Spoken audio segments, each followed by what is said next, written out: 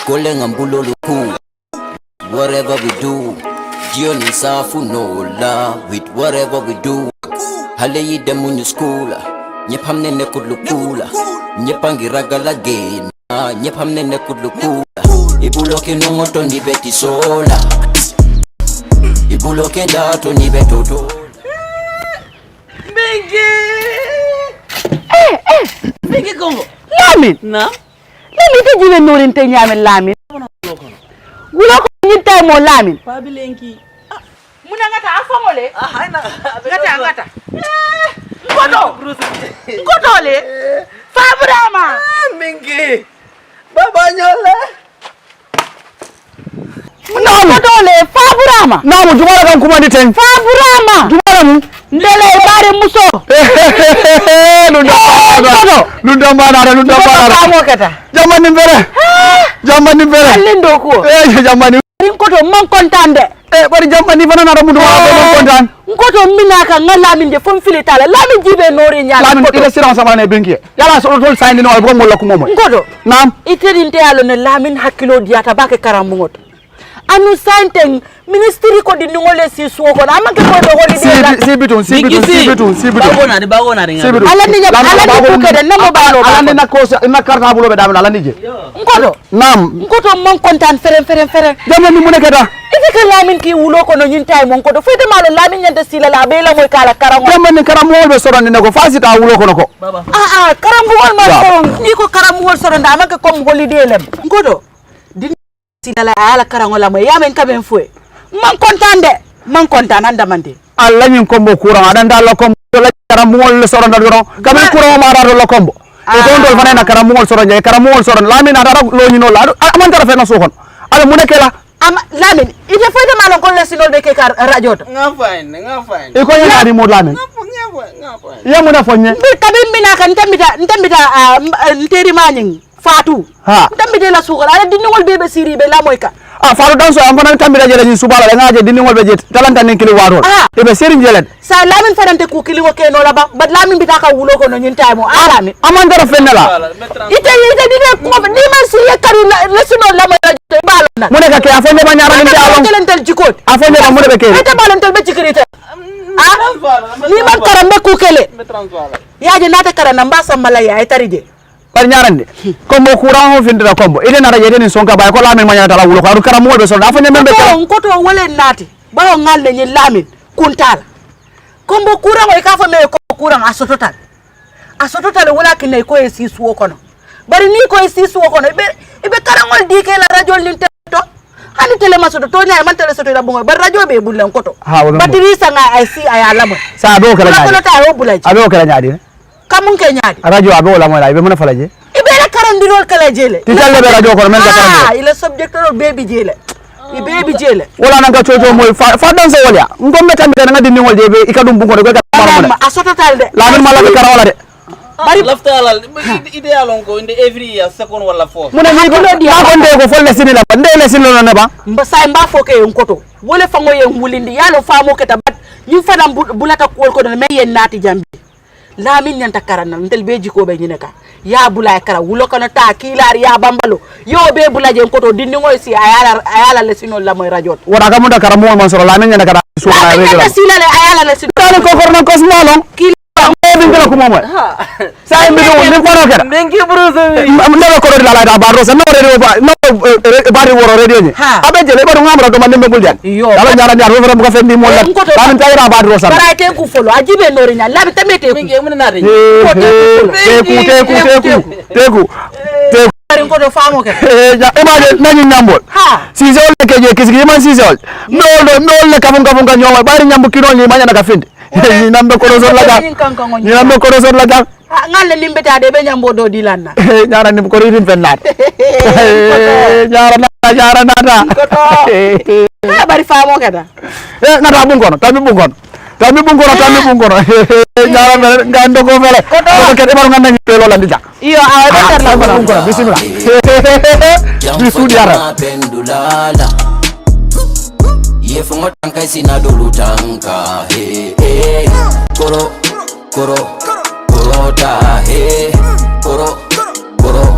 korota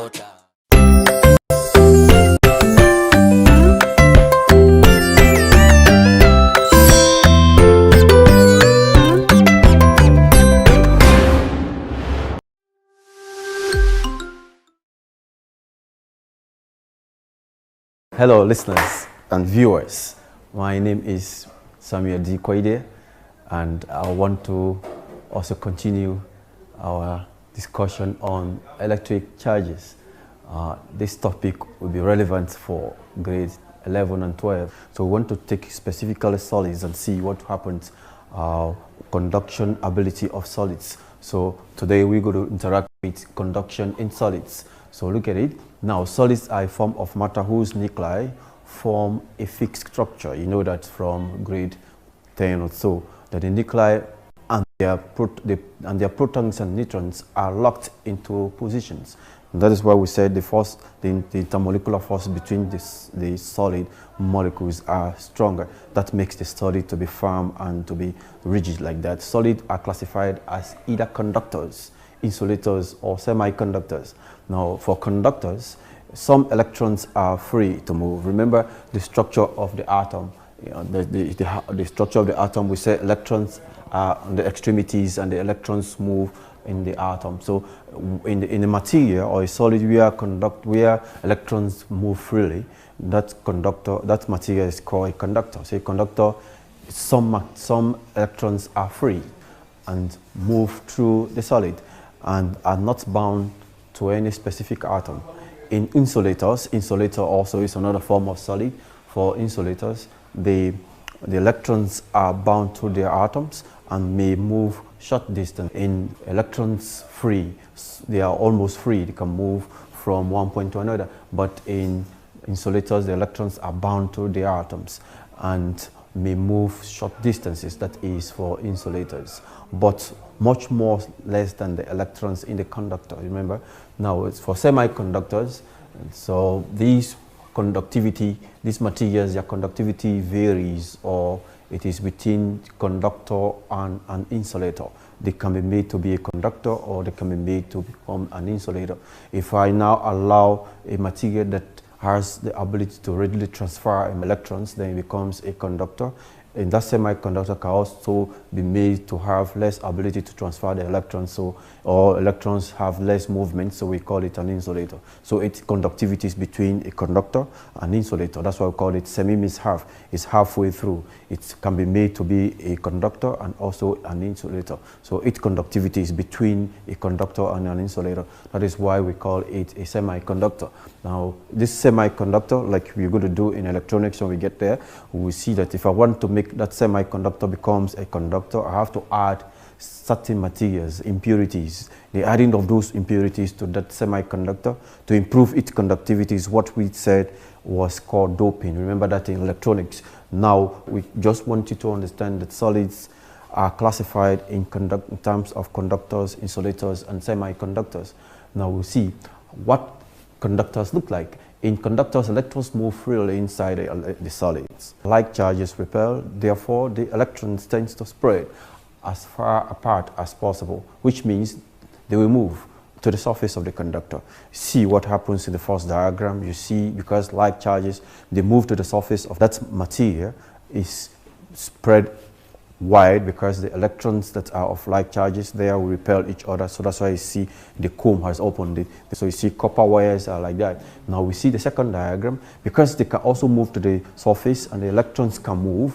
These have the tendency to allow them to move through electricity, where we see electrons moving through some materials that will have the ability to allow them to move. We call them conductors. Electric current, we see that picture there. The second picture tells you how the electric current move through this grid, the national grid. Look at the third picture. The third picture is a gold bar. The gold bar, the electrons move to the surface, and for as much as they can move apart, they can move within the surface, they have the tendency to extend, and in the process the bars will be expanded. So you see the structure becomes expanded. So electrons can move within the solids. That is what you have to understand. For an insulator, they can move but at very minimal distances. So you have to understand the differences between them. So look at insulators.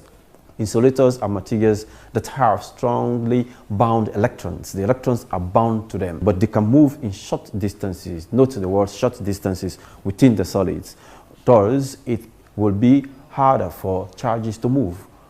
significantly. So because they are bound to their atoms, it will be difficult for them to move a very significant distance. So that's why we say insulators are materials that do not allow the transfer of electrons, do not readily allow the transfer of electrons through them, because they don't allow the electrons to move in a sufficient distance. So it's only small distance they move. So insulators are the ones that allow the electrons to move in a very small distance. Insulators have varying levels of insulation capability. So we see the example there, the glass there, you see the balloons, and we have other electrical gadgets that works on a plastic material that's an insulator. So we have the summary here. Let's get back to the summary. I said solids can be made to become a conductor,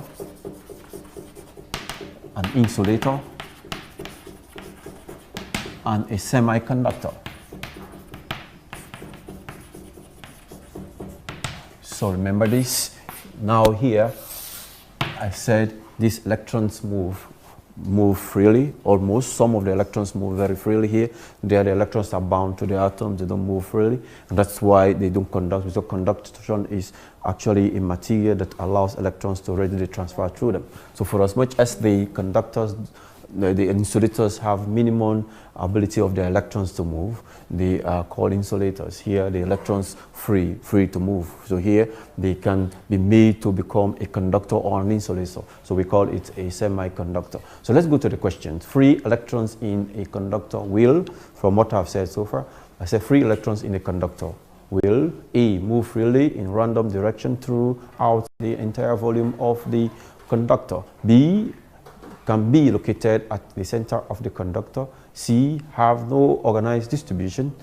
D, only move short distances. So A is the correct answer here, because we said in conductors, electrons move freely in random direction throughout the entire volume of the conductor. That's the more reason why the conductor has the ability to transfer the charges, now to move electric current, as we can see in electricity. So look at the second question. Compared to insulators, metals are best conductors of electricity because metals contain more free. Remember, I said electrons move freely in conductors, and here they can move but very insignificant distance. So now conductors, the electrons move freely. So here we are talking about conductors. Compared to insulators, metals are better conductors. Remember here, I was talking about plastic, that's like balloons. And here we have conductor materials like metals. We do that. The earth also conduct. And even human beings conduct. You may want to contest that, but you see from our explanation very soon. Compared to insulators, metals are better conductors of electricity because metals contain more free electrons. So the answer is D in that case. So we go to the next one. Electrons in an insulator are, remember here I said insulators, the electrons move in a very small distance. They have short distance there to move. That is why they cannot be a conductor, they can be just an insulator. So C, electrons. Electrons in an insulator, I read the question again. Electrons in an insulator are A, bound to their atoms but may move freely throughout the solid. B, not bound to their atoms and may move freely throughout the solids. C, bound to their atoms and may not move at all within the solids. B, bound to their atoms but may move short distances within their solids. That's what I said. I said insulators, electrons are bound to their atoms but they may move short distances within that solid. So the correct answer is D. D is the correct answer. Electrons in an insulator are bound to their atoms but may move short distances within their solids. So that's the correct answer. Now we look at conduction and induction. So we have just discussed conduction per se. So I want to look at also how we can also transfer charges, or we can also make charges to move on objects without touching them. So we look at we have done conduction. Now we want to look at conduction and induction. So what is induction? Induction is I'm going to allow the induction of inducing charges on objects without actually being in contact. You just push them closer to one another, and the presence of this one will induce charges in the order. So that's induction. So let's look at what happens there. Before we discuss the conduction and induction, now we want to look at the word grounding. You know, what is ground? You know, needs to understand this concept very well. Electrons can flow between objects, both conductors and insulators. You know that. Electrons can also flow from earth. Now, we said that one of the conductor is earth. Earth is a conductor. In fact, earth is a reservoir of charges. You can give to the earth and you can take from the earth. That is why we call it a reservoir of charges, which is an excellent conductor. The earth is an excellent conductor to the object, and from the object to the earth. So we can move from charges from the object to the earth and from the earth to the object. That is why you see we have appliances, electrical appliances like the 3-pin plug. Here we have what you call here the earth, and we have nature, and we have life. We have the life, and we have the earth, and you have neutral here. So we must first of all, before we talk about the induction, we want to talk about earth first. What is the earth? You know, if you look at your 3-pin plug at home, you will see this part and this. So you see this 3-pin plug. This part here is the earth. This earth is green, sometimes yellow, and this is brown, sometimes red. And you have this is blue, or sometimes black. No, neutral. So now we on these ones conduct these charges. Like so, when there is excess charge on this appliance, this 3-pin plug, the earth is actually what takes the excess charges onto earth. That is the reason why you have that on your charger, or you have it on your wall socket. That is to take excess charges from that material down to the earth. That's why it's called earthing. Earthing is the same as grounding because it takes the charges, excess charges onto the ground. The color code is green or yellow. If you check your electrical connection in your house, you see what the electrician did over there. And live is brown or red, and here, and actually it is on this life that we normally attach the fuse. The fuse is attached here because what is the fuse? The fuse is the military of this appliance. In other words, is the one that sacrifices and die to save the others. So here, this fuse, when there is excess surge or excess charges, it is going to protect this material by blowing off. So this fuse we prefer to die just to save the material. That's why it could be attached to the life, because the life is where the bulk of the current passes through. So on the objective questions, the fuse is attached onto the life, and we have the earth over there, and you have the neutral. So now all of these are components of the 3-pin plugs. So I was just trying to emphasize the importance of grounding and earthing. So let's see. Now we have, before the discussion, we have already discussed that electrons can also flow from earth, and earth can also flow from earth to the object to the earth. So that ability of transferring electrons between earth and the object is what's called grounding. When a wire is attached between the earth and another conductor, excess electrons will flow to the earth, leaving the conductor neutral. You know, the earth always want to make materials neutral. That is why when you have excess charges on a particular material, the earth is trying to ensure that that material becomes neutral, to eliminate the excess charge on that material. So by doing so, that is where the grounding comes in. The grounding will take the excess charges and it is dumped onto the earth. That's what's called earthing or grounding. This is grounding. You know, excess electrons will flow to the earth, leaving the conductor neutral. This is grounding, like what I've said. And the opposite we also call the other way around. When you touch an object with a net negative charge, you may get a shock. Why? This is because the conductor wants to get rid of the excess electrons that is on it. So that's why it's not advisable to be touching electrical materials, especially when it's faulty. It has excess charges on it. When you touch there, it is going to pass through you, and you are not a pathway where that charge must pass. But if you allow it to pass through you, because you are a conductor too, it will pass through you, and you see what happens to your cell metabolism. That's why you have the shock. So you have grounding in that case. So what I was just discussing here, the 3-pin plug goes into that socket over there. Here the black is pointing is the earth. The earth is doing the job. It's there to take excess charges from that appliance and put it to the ground. That is called grounding or earthing. That is grounding for you. Now you look at the questions. A positive charge sphere is touched with a grounding wire. What is the charge on the sphere after the grounding wire is removed? So if I have a sphere somewhere here that is insulated and now I touch it with a grounding wire, what happens? So what they say, a positive charge sphere is, so it means this guy was positively charged. When I touch it with a grounding wire, now what will happen? The ground will take negative charges there and they will come back because this is positive. Negative charges will run through here, and when the negative charges run, this only accept equal amount of positive charges that are there. So when the equal amount of, let's say this guy had 3 and this will come with another 3, so the positive and the negative are equal. So this object now becomes, this sphere now becomes neutral. So the correct option there is B, which is neutral. So a positive charge sphere is touched with a grounding wire.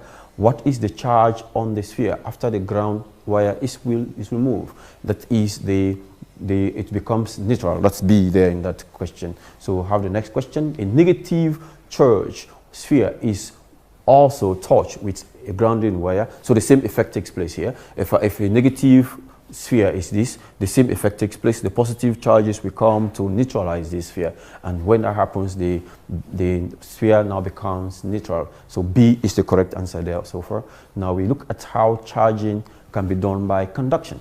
Now if I have charges on conductors that are mounted on insulators, as you can see over there, charging and conducting involves conductors that are insulated from the ground, because you need to put them on an insulator, like what I said here. That is because you don't want an interference. You don't want a residual charge coming from the earth. But if you separate the earth from the sphere by an insulator, because insulators do not allow charges to pass through, so what will happen? There is a separation between the sphere and the ground. So there's no interference over there. So that is why we have to always insulate it. So check.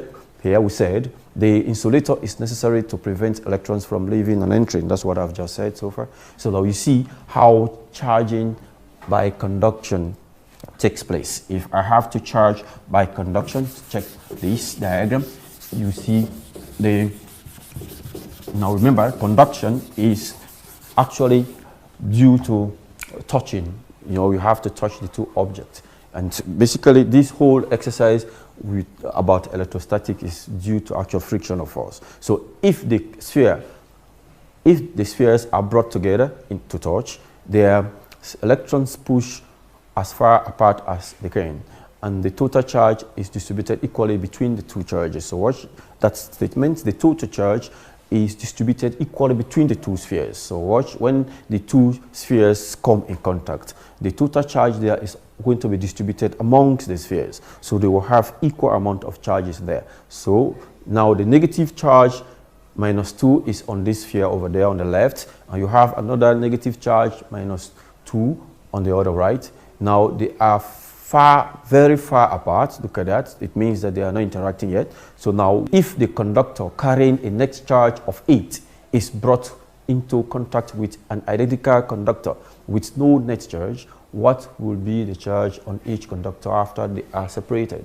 So watch what will happen here. Remember, I said when the two spheres come together, they will always, when they come together, if you allow them to come together, touch each other, they will do something. They will share the charges. So watch. They say if a conductor carrying a net charge of 8 is brought near in contact with an identical conductor that has a no net charge. So here this one have 8 coulomb charge. So a charge 8Q, let's call it that way, and this one is neutral. So when I put the two together, meaning I'm touching them, because this one is bringing that excess 8 coulomb charge, or the charges are 8 in number. So I said they are going to distribute them equally amongst each other. So this 4Q and this other have 4Q. So now this 8 has been distributed. Remember, this one was neutral, so it did have that excess charge over there. This is the one that is bringing the excess charge. So when they touch each other, they interact, and the charges are distributed equally amongst the spheres. So the answer there is that the two spheres will have the 4 each there, because they are going to be separated. So that is for your understanding. So look at the same here. So the same idea. If this is having a minus 2q and the other is minus 4q here, when they come in contact, they also put the two charges together. So I have now a total charge is minus 6q. So I have a minus 6q charge over there. So what will happen?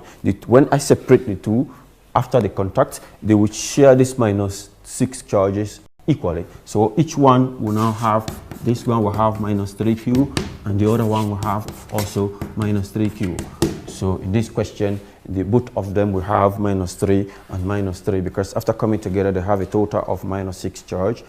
So now those minus 6 is distributed between the two of them. So that is the answer there. So now, what of if I charge by induction? Induction is the process really where you charge the object without bringing them in contact. You just bring them approximately closer. So because of the proximity of the charging object, that object that is supposed to be charged is going to be affected by the proximity of that charging object close. So charging by induction involves transferring charges between two objects without them touching.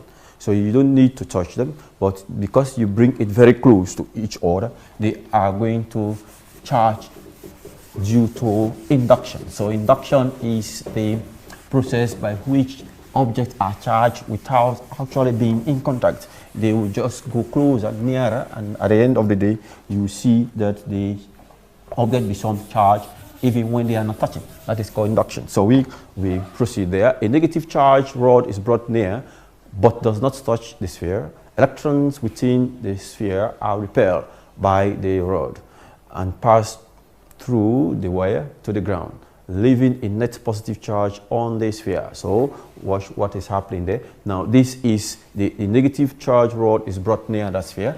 So it was brought near this sphere. The negative charge rod here is negatively charged. It's brought near without touching. This is charging by induction. So let me write it here. This induction, charging by induction. Now induction, you don't touch. You have a rod coming closer to the sphere. Now because they say it's brought near and does not touch the sphere, electrons within this sphere are repelled. Watch here that we were having positive there. There's attraction between them, and there's repulsion. Let's say it is brought the other side here. Let me just put it this way so it's nice for you to see. Now we have them here. We have this rod. The rod is negatively charged. It's brought through closer but not touching, and you now have the positive here. There's attraction between the positive. This sphere was neutral. Let's say it has 1, 2, 3, 4 there, and now this repulsion, that is negative rod. This is the rod. The rod is negatively charged, and this one was neutral. So now there is charge separation here. There's going to be repulsive force between this negative charge and the negative charge on the sphere. So that repulsive force will push the negative charges to the extreme. That's what I'm saying over there. Now through the wire, and now the electrons within the sphere are repelled by the rod. That's what happened. These electrons move by the rod. Now what will happen? And they will pass through the earth. So if you arc these electrons will go around, and what will happen now is there is a resultant positive charge sphere that is remaining here because all the electrons have been grounded. This is ground. Now the electrons move through there, the negative charges move through. So that's what I'm trying to emphasize over there. Why is the negative charge rod remains near the wire? The ground is removed. Now let's see what happens if I remove the ground. If I remove the ground, note that there can be no more movement of electrons since the sphere is isolated from the ground. If I remove the grounding, the sphere is now isolated, meaning there is no link between the sphere and the ground. So now what will happen? Electrons cannot jump the gap between the rod and the sphere, or between the ground and the sphere. So see the next. Now charging by induction, the rod is then removed. If you remove the rod, now it is important to note that the charge on the rod remains constant, that's negative. The charge on the sphere is now positive as it has lost electrons to the earth. That's what I just explained over there. Now you look at the summary. You see, through the physical contact, a charged object will transfer a portion of its charge to a neutral object. Because of the conservation of charges, the amount of charge on the initially charged object will decrease. Now, because we said charges are neither created nor destroyed. Now, we look at summary too. Let's look at the induction in summary. A charged object will be brought close to a neutral object, but it will not touch it. The neutral object will be grounded. It will have an electric conducting part to ground. The charged object will repel similar charges in neutral object on the ground. To the ground. Now, thus, the neutral object will be left with a charge opposite to the initial charge object. Watch that statement there. So when it is grounded, the neutral object will be left with a charge opposite to the initial charge object. So what? Here, I was bringing a negative charge rod. So now I ended up with a positive charge, and opposite of negative is positive. So that's what I'm trying to emphasize over there. So let's see. Now, if sphere questions, first question is the sphere A carries a net positive charge and sphere B is neutral. They are placed near each other on an insulated table. Now, sphere B is briefly touched with a wire that is grounded. Which statement is correct here? Now, remember, when it is grounded with the wire, the charges will move from that sphere and go to the ground. So in this case now you have two spheres. Watch out. They are placed near each other. Two spheres placed near each other. Now that is placed near each other on an insulated table. I just use the insulator as a table there. Sphere A and B. Now this sphere A carry a net positive charge. This one carry net positive charge. And now if sphere B, now they are placed near each other on an insulated table. Sphere B is briefly touched with a wire that is grounded. So now watch here. This positive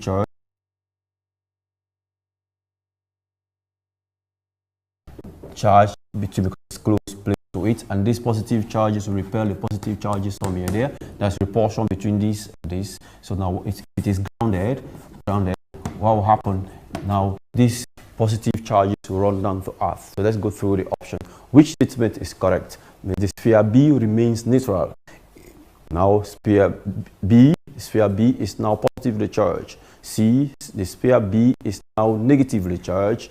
And C, the charge on sphere B cannot be determined without additional information. Now, the correct answer is C, because after the grounding, the positive charges will run down, and this will now have the charges that are going to be on it is going to be negatively charged after that interaction. So that is C. C says sphere B is now negatively charged. That is, the grounding has taken place and the positive charges are run down that way. So you have the next question. If a positively charged rod touches a neutral conducting sphere and is removed, what charge remains on the sphere?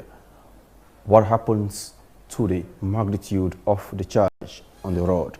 Now the options are A, the sphere becomes positive, the rod net charge. A, the options, the sphere becomes positively charged and the rod net charge stays the same. B, the sphere becomes positive and the rod's net charge decreases. Yes, because the rod is given to the sphere, so the rod net charge will reduce and the sphere becomes positively charged because it is in contact. Remember I said it is touched first of all, so that's charging by contact, that's is touched and later removed. So by touching it, the positive charges from the rod we are transferred onto the sphere, and the sphere now becomes positive and the rod net charge decreases because it has transferred those charges onto that sphere. So B is the correct answer. So now we have that. The next one is when the process of induction is used, a charged rod approaching but not touching the neutral sphere, not touching, the neutral sphere connected to ground. What is the source of the charge added to the neutral sphere? So remember, when the process of induction is used, rod approaching but not touching, here it is not touching, so we take it back again. It is not touching in this case. When the rod is brought near but not touching, watch out here, the rod is not touching. Now what happens to the source of the charge added to the neutral? So of course, what for as much as is connected to the ground, it was connected to the ground, the source of the charge on this is going to be the earth, because the grounding is what supply the charges on it. What is the source of the charge added to the neutral sphere? This neutral sphere would now be, because it's added, the charges will come through and come on this sphere. So that sphere now gets its source of charge from the earth. So this is the correct answer in that case. So electroscope is actually a material which we use to detect the presence of electric charges on our object. Now those electroscope can be in this form. Look at the conducting part over there. It has a conductor, it has a gold leaf. A gold leaf, you can prepare this. Yeah, so we can prepare this one some way. The electroscope can be in that form. So we have the electroscope measure the electric charges, both signs and magnitude. The conductor rod is insulated from the glass container.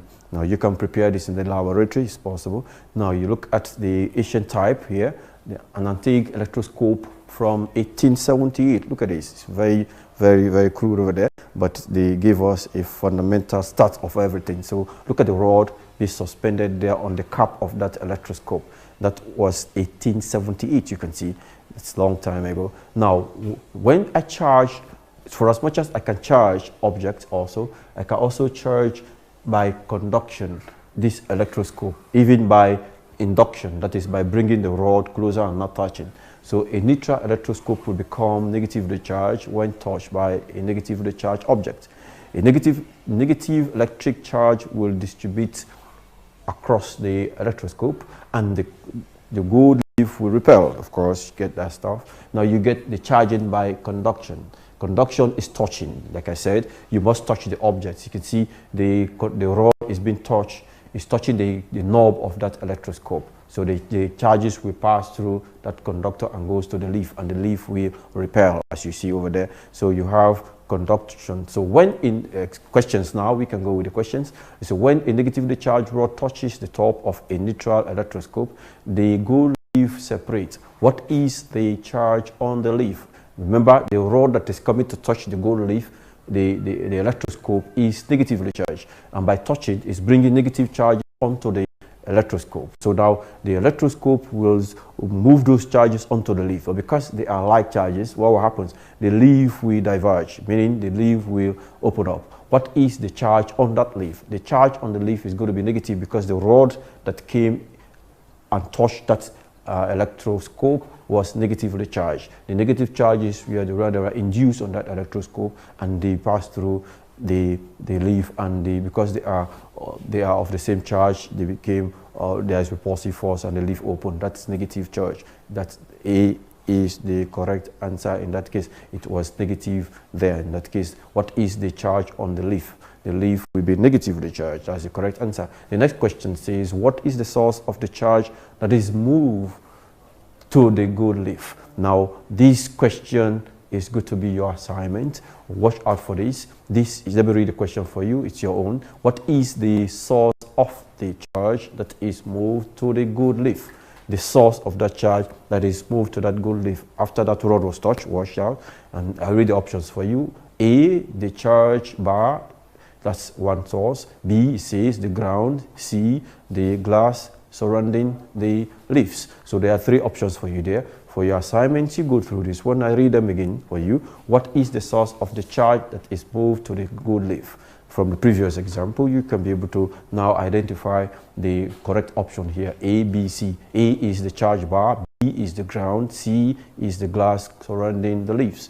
So that is your assignment. So I will stop here for today. When we come back, next lessons, we continue with this lecture. Thank you for your audience, and make sure you do the assignment.